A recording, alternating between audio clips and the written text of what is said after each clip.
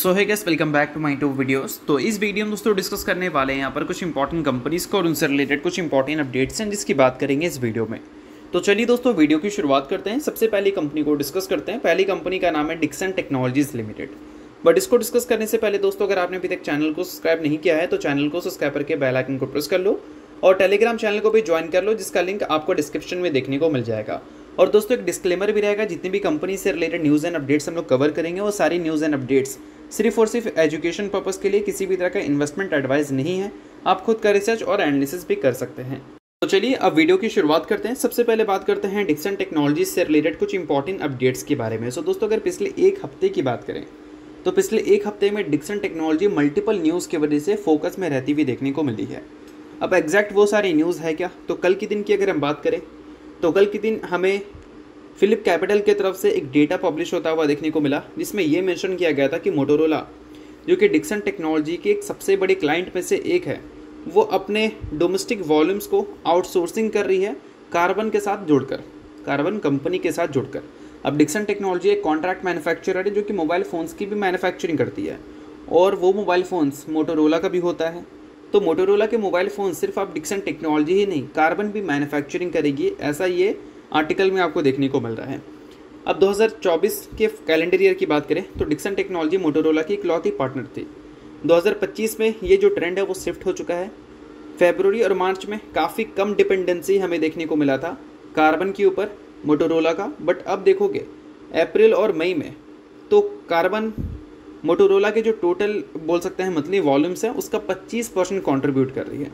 यानी कि हम ऐसे भी बोल सकते हैं कि अगर मान लो मोटोरोला के पूरे मंथ में अगर 100 मोबाइल फ़ोन्स बन रहे हैं तो 25 मोबाइल फ़ोन्स हमें कार्बन बनाती हुई देखने को मिल रही है, और सिर्फ 75 डिक्सन टेक्नोलॉजी बनाती हुई देखने को मिल रही है, जो कि पहले 100 में से 100 वही बनाती हुई दिखती थी। और फिलिप कैपिटल ने यहाँ पर एस्टिमेट रखा है कि जून तक ये नंबर जो है वो 35% तक चला जाएगा। और ये जो सारी चीज़ें इन्वेस्टर्स ने सुना है, इन सारी चीज़ों की बेसिस पे जो वैल्यूएशन था वो हमें करेक्ट होता हुआ देखने को मिला था लास्ट ट्रेडिंग डे। इस चीज़ को आप ध्यान में रखना। और वैल्यूएशन जब करेक्ट होता है तो आने वाले जो नंबर्स होते हैं रेवेन्यू के मामले में, प्रॉफिट के मामले में, मार्जिन्स के मामले में, क्यू एंड क्यू बेसिस पे, ईयर ऑन ईयर बेसिस पे काफ़ी इंपॉर्टेंट हो जाते हैं। तो अगर आप डिक्सन टेक्नोलॉजी के इन्वेस्टर हैं तो Q1 के रिजल्ट आप थोड़ा ध्यान से देखना। अब इसके अलावा दोस्तों उससे एक दिन पहले एक और न्यूज़ हमें सुनने को मिला था। अब न्यूज़ यहाँ पर ये था कि डिक्सन टेक्नोलॉजी के जो प्रमोटर हैं वो 2.77% स्टेक अपना बेच दिए हैं 2221 करोड़ में। और ये जो सारी चीज़ें हैं वो हमें ब्लॉक डील के ज़रिए सुनने को मिला था। अब देखो दोस्तों प्रॉपर न्यूज़ यहाँ पर ये है कि जो 2.7% स्टेक बिका है वो और कोई नहीं, कंपनी के जो चेयरमैन हैं सुनील वचानी, उसने बेचा है। कब? 23 जून को। आप ये डेट को ध्यान में रखना। अब एग्जैक्ट इसमें बायर्स कौन है, तो यहाँ पर आपको देखने को मिलता है मोतीलाल ओसवाल म्यूचुअल फंड, जिसने एक्वायर किया है 14.46 लाख शेयर्स। अगर परसेंट वाइज देखें तो 2.4% स्टेक उसने खरीदा है, और बाकी का नंबर हो सकता है किसी और ने खरीदा होगा या फिर किसी और इंस्टीट्यूशंस ने लिया होगा। तो ये भी एक इंपॉर्टेंट अपडेट थी जो कि एज ए इन्वेस्टर आप नोट कर सकते हैं।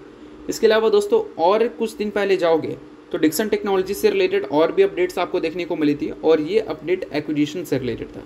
और ये एक्विजिशन किसी कंपनी का नहीं था, ये एक्विजिशन की अगर हम बात करें तो वो ज़मीन का था, यानी कि लैंड का, यानी कि डिक्सन टेक्नोलॉजी ने लैंड एक्वायर किया है।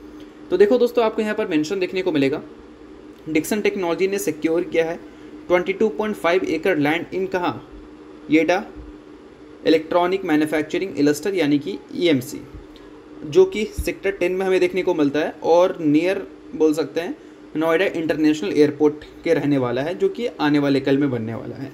तो चलो ये सारी चीज़ें हमें डिक्सन टेक्नोलॉजी से रिलेटेड सुनने को मिल रही है, जिसमें कुछ न्यूज़ तो हम पॉजिटिव कंसिडर कर सकते हैं बिजनेस पॉइंट ऑफ व्यू से, तो कुछ न्यूज़ को हम नेगेटिव भी कंसिडर कर सकते हैं। तो अल्टीमेटली इन सारी चीज़ों के बेसिस पे आपका क्या व्यू है इस कंपनी को लेकर, वो मुझे कमेंट में ज़रूर बताना। सो अब दोस्तों वीडियो में आगे बढ़ने से पहले बात कर लेते हैं मेरे टेलीग्राम चैनल के बारे में, जिसको अगर आपने अभी तक ज्वाइन नहीं किया है तो उसका लिंक आपको डिस्क्रिप्शन में देखने को मिल जाएगा। लिंक के थ्रू जाकर चैनल को ज्वाइन कर लो। ज्वाइन करने का दोस्तों सबसे बड़ा बेनिफिट ये है कि हमारा चैनल टाइप किया है SEBI registered research analyst mister Kulneet Singh के साथ, जिसका रजिस्ट्रेशन नंबर आप यहाँ पर नोट कर सकते हैं।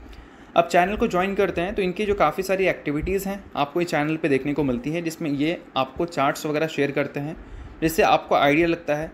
और उसके अलावा दोस्तों काफ़ी सारी कॉल्स एंड अपडेट्स भी आपको यहाँ पर मिलता है बिल्कुल फ्री ऑफ कॉस्ट। तो इन सारी चीज़ों का बेनिफिट आप ले सकते हैं। अभी रिसेंटली काफ़ी सारी कंपनी का चार्ट्स वगैरह इन्होंने अपडेट किया था, जिसको आप चाहो तो चेकआउट कर सकते हो। और इसके अलावा काफ़ी सारी कंपनी का कॉल्स वगैरह भी इन्होंने दिया था, जिसको भी आप चाहो तो चेकआउट वगैरह कर सकते हो।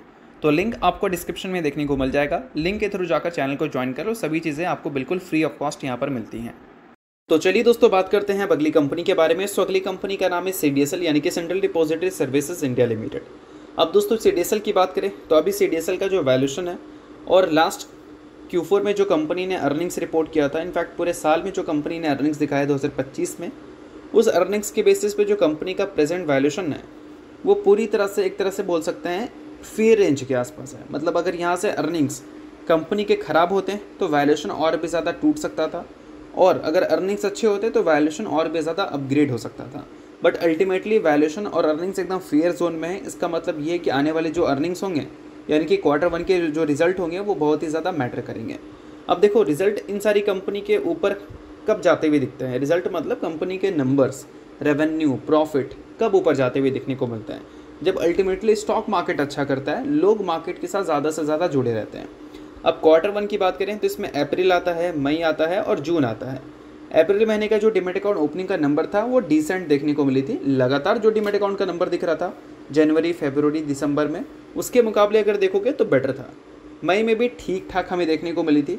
Q1 बेसिस पे तो हम बोल सकते हैं बहुत ही ज़्यादा आउटस्टैंडिंग परफॉर्मेंस तो नहीं बोल सकते, बट हाँ एक म्यूटेड ग्रोथ हमें ज़रूर देखने को मिल सकता है डीमैट अकाउंट ओपनिंग के नंबर्स में। अगर हम Q1 को कंपैरिजन करें Q4 से, तो अब देखना पड़ेगा कि जून में हमें कैसे ओपनिंग्स देखने को मिलता है। बट अभी के टाइम पे जो डेटा है उस डेटा के हिसाब से यही लगता है कि आने वाले जो रिजल्ट इस कंपनी के होंगे वो हो सकता है कि ईयर ऑन ईयर बेसिस पे अगेन हमें डिसअपॉइंट करते हुए नज़र आ जाए, बट Q1 बेसिस पे इस बार हो सकता है कि हमें नंबर गिरते हुए नज़र ना आए। इस चीज़ को ध्यान में रखना अगर आप CDSL के बिज़नेस को देख रहे हैं तो। और बिज़नेस की अगर हम बात करें तो CDSL से रिलेटेड एक बिज़नेस से रिलेटेड ही खबर आ रही है। न्यूज़ दोस्तों यहाँ पर यह है कि CDSL ने बोल सकते हैं एक MOU साइन किया है IIM मुंबई के साथ। अब ये MOU का मेन मोटिव क्या है, तो मोटिव दोस्तों डेटा एनालिटिक्स जो होते हैं, रिसर्च एंड केस स्टडीज़ जो होते हैं उसको प्रोवाइड करना। तो अल्टीमेटली ये एक बोल सकते हैं विन विन सिचुएशंस है। CDSL को बिजनेस मिलेगा तो IIM मुंबई को अपॉर्चुनिटी मिलेगा। तो ये जो सारी चीज़ें हैं वो इंपॉर्टेंट हो सकती हैं बिजनेस से रिलेटेड, अगर आप इन्वेस्टर हैं नोट कर सकते हैं। इसके अलावा दोस्तों बात करते हैं अगली कंपनी के बारे में। नाम है दोस्तों BSE लिमिटेड। अब BSE जो है वो BSE की कंपनी आप सभी को पता है, और BSE को फिलहाल एक सेबी के तरफ से पेनल्टी लग चुकी है। पेनल्टी कितना लगा है भाई, तो 25 लाख का लगा है। किस लिए लगा है, क्योंकि सेबी के काफ़ी सारे रेगुलेटरी नॉर्म्स होते हैं, काफ़ी सारे रूल्स होते हैं, सिंपल भाषा में आप ऐसा समझ सकते हैं। तो काफ़ी सारे जो रूल्स हैं उसको अगर कोई भी कंपनी ब्रीच करती है, तोड़ती है, तो सेबी का पेनल्टी लगता है। अगर चीज़ें छोटी मोटी हैं, पहली बार है, तो पेनल्टी का नंबर छोटा हो सकता है, जैसा कि हम बोल सकते हैं 25 लाख छोटा नंबर है। वेल किसी के लिए बड़ा हो सकता है, बट BSE जितनी बड़ी कंपनी है उसके लिए ये 25 लाख का नंबर कोई बड़ा नंबर नहीं है।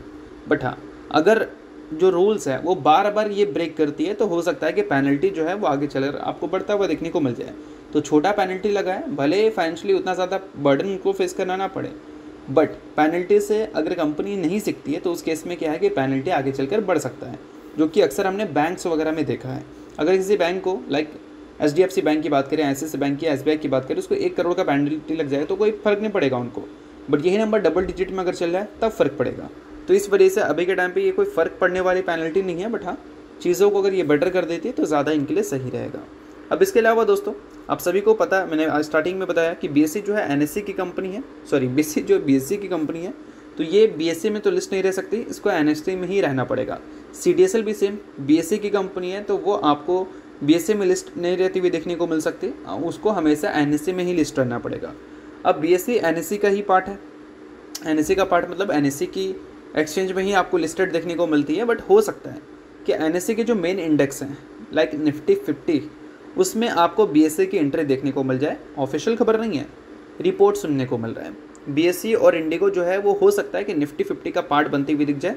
अगला जो रिव्यू हमें देखने को मिलेगा सितंबर के महीने में निफ्टी 50 का, या फिर रिशफलिंग आप उसको बोल सकते हैं, तो उसमें हो सकता है कि इंडसइंड बैंक और हीरो मोटर का निफ्टी 50 से बाहर होती हुई नज़र आ जाए और उसको रिप्लेस BSE और इंडिगो करती हुई नज़र आ जाए।